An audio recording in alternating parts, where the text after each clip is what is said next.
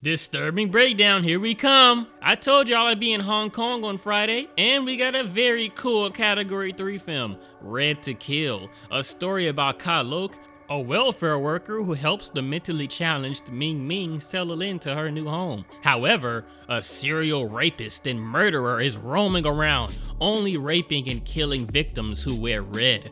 Of course, red is a very common color for our two main ladies, isn't it? This movie has rape scenes that are almost on par with I Spit on Your Grave, and don't expect a happy ending. You got two beautiful actresses, Lily Chong and Money Lo, playing Ming Ming and Ka-Lok respectively, and Bin Ong as Mr. Chan. Directed by Billy Tong as well, and he literally died over a month ago.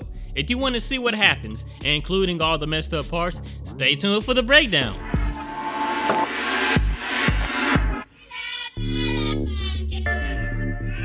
Oh no, there's a big commotion going down. Welfare worker Ka-Lok races to stop this mother from throwing her son out the window. She's ashamed of him for some reason and threatens to throw him out. Meanwhile, a lady in a red dress walks home sexy and bold. It's a shame that a creep watches and stalks. This creep is called the Red Rapist and only targets beautiful ladies wearing red. This creep walks around breathing that gives the Shape a run for his money. During that whole suicidal commotion, he kidnaps her, breaks her arms, and rapes her. Might be too explicit for me to show. Also, the lady jumps with her son and they both die. Ka-Lok, OG Lok, I'm calling her that for the rest of the video. She plans on quitting because she isn't making any kind of progress helping people that need help. Before she can quit, her boss gives her one last assignment: help Ming Ming.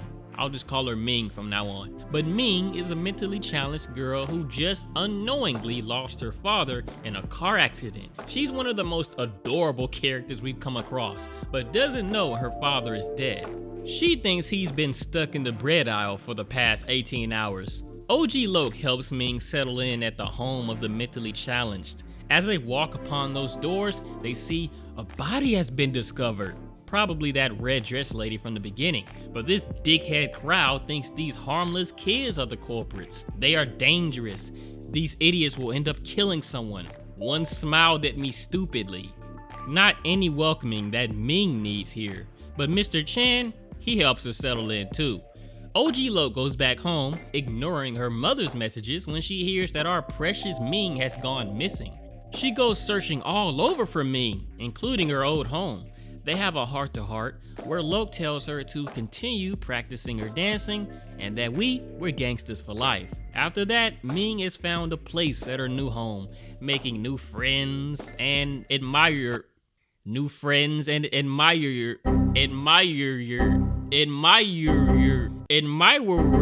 Just so y'all know, when you're behind a mic, sometimes it's just hard to say shit.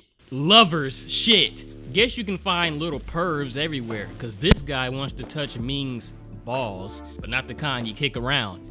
OG Lok practices her dance with her also, and also becomes a target for the Red Rapist. That's until drunk Cardi B comes in throwing insults around, but gets caught by the killer her damn self. The rape and murder is off screen, but the aftermath is right after. The most disturbing part of the movie so far is how disrespectful Karen and Tucker is in their treatment of the people at the mentally challenged building, calling them things and filth. So ready to square up with them for no reason. You people make me fucking sick. How about we get some ultimate detectives up in here? Let's get some investigations rolling, huh, fellas? One thing I like about Ming is that she helps everyone feel better when they get away from the bullies and other sadness. Plus, she embodies that Naruto rhetoric, never give up type stuff.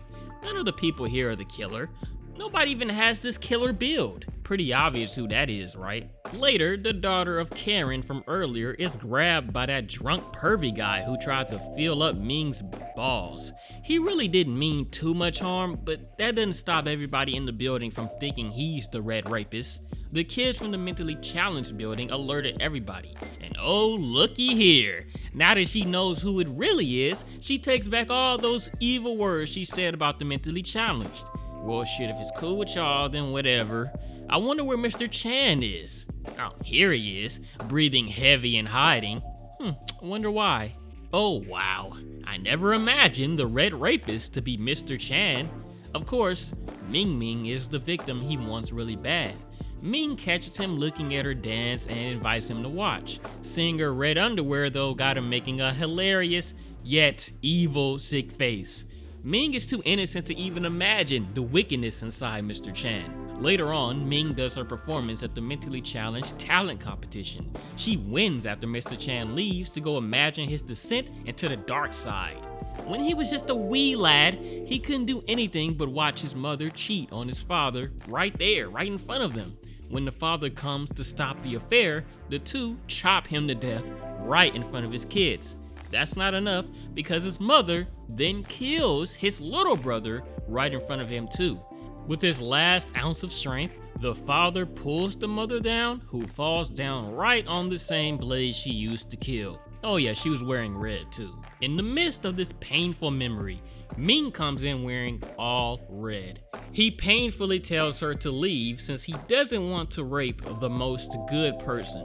Regardless, he can't control himself, and we have a harsh rape scene almost on par with something in I Spit on Your Grave and maybe even Irreversible. It's a little tough to get through, ripping her clothes off and having to see someone who has no idea what is going on be attacked in this way. Then there's that sickening smile. Okay, we'll stop there because Spooky actually got a little emotional imagining the agony of this scene. She feels dirty, ashamed, and slashes at her pubic hair because that whole area feels dirty. Everybody in the building knows something went down, and Ka-Lok is the first to talk directly to Ming about what happened. Mr. Chan is a special villain in this disturbing library. Me and Rice, we have a nice Masenko waiting right for him. Now, we go to court. Ming has to tell exactly what happened, but she can barely form a sentence through the pain of remembering. Now, I'm starting to understand why people hate defense attorneys. I'm sure the greatest defense attorney out there is Phoenix Wright, no hands down. At this point, I'm pretty pissed, like dead ass. This dickhead basically tells her that, "You're a girl. You got breast. Your breast must have touched his arm, therefore you wanted to get fucked." That's basically what he says. It's like, what? She can barely even say a word, and he is accusing her of seducing Mr. Chan when she is literally probably too innocent to even know about sex. They even say in the court she has the mind of a 10-year-old. It all makes her scream in horror. If that ain't proof, then I don't know what is. I'm sure her clothes didn't rip off by themselves. I'll read to you verbatim the conclusion of the judge. Since it is too painful for her to reconsider her crime, it is inadequate to submit her evidence, and the defendant must be set free. Y'all hear that? That's scissors. It's looking for a fresh pair of balls to rip off. And ding ding ding, Mr. Chan, come right on up. Mr. Chan goes free, but gladly, Ming has people that support and care for her. Dead inside, everybody desperately wishes for her to come back. Of course, Mr. Chan is free to rape again. He comes into Ming's room late one night, apologizing but still monstrous. He has some sick love for her because she's so pure and innocent. Ka-Lok comes in, but it doesn't sway this demon no matter how much she threatens him. Mr. Chan's abuse has caused Ming to start slashing herself and have a fear of the color red in general. So next, we see Mr. Chan at the bar, completely devolved into his sick behavior. Then a very sexy lady in red just seems to call his attention. She can get by his weird behavior too. She goes right to Mr. Chan's place too, acting all sexy and stuff. Is that Ka-Lok? I had no idea. She must be like, I don't know, like trying to prove that he's a rapist or something. But her plan fails when he closes the window on her, and everybody waiting sees the plan fall apart. Inside, he shaves off his hair manically, completely turning into this insane monster. Anyway, Ka-Lok goes looking all over for Ming, but Mr. Chan jump scares them. He completely devolved into this horny maniac. Might be a good idea to run before you get yeeted all across the room. Ming watches as Mr. Chan rips away Lok's clothes, intent to rape her, before deciding to strip nude to shift his attention. He's pretty strong and durable, but the plan eventually works and Lok sneaks away. And look at that shocked face.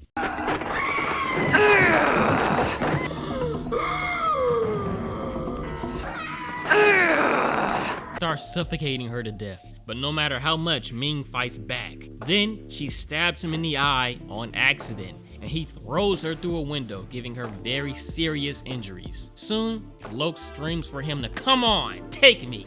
The idiot jumps right for her, but falls directly on a table saw, which she activates and destroys his neck, covering her in red all over. Okay, alright, clean yourself off, man. You dead. Lok runs over to Ming, but struggles to wake her up. Soon, they all go to the hospital where we learn Ming is in a sort of coma, and if she does wake up, it's likely she will be in a vegetative state.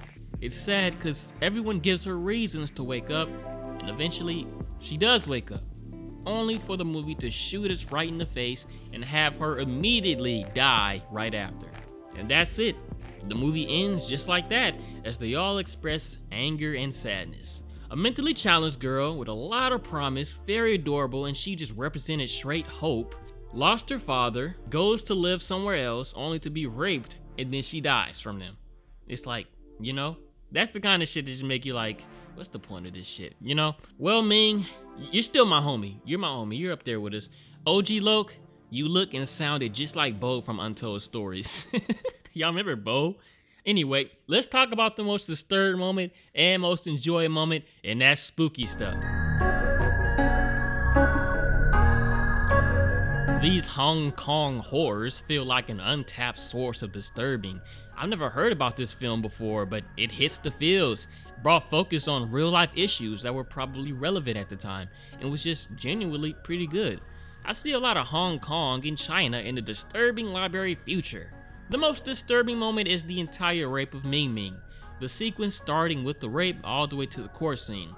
Also, like I Spit on Your Grave and maybe a little of Irreversible, the women are slightly being blamed for being raped. I actually had a nightmare after watching this movie. Most enjoyed moment, definitely the whole final showdown. Killing the bad guy in that way, pretty cool. But throwing both ladies all around the room was just a little funny, just a tad bit funny. And that's it. I hope you guys enjoyed this video. If you did, maybe consider liking it and subscribing if you haven't. Untold Story, our last Hong Kong Category 3 film, right there on your forehead. Thanks for watching. Spooky out.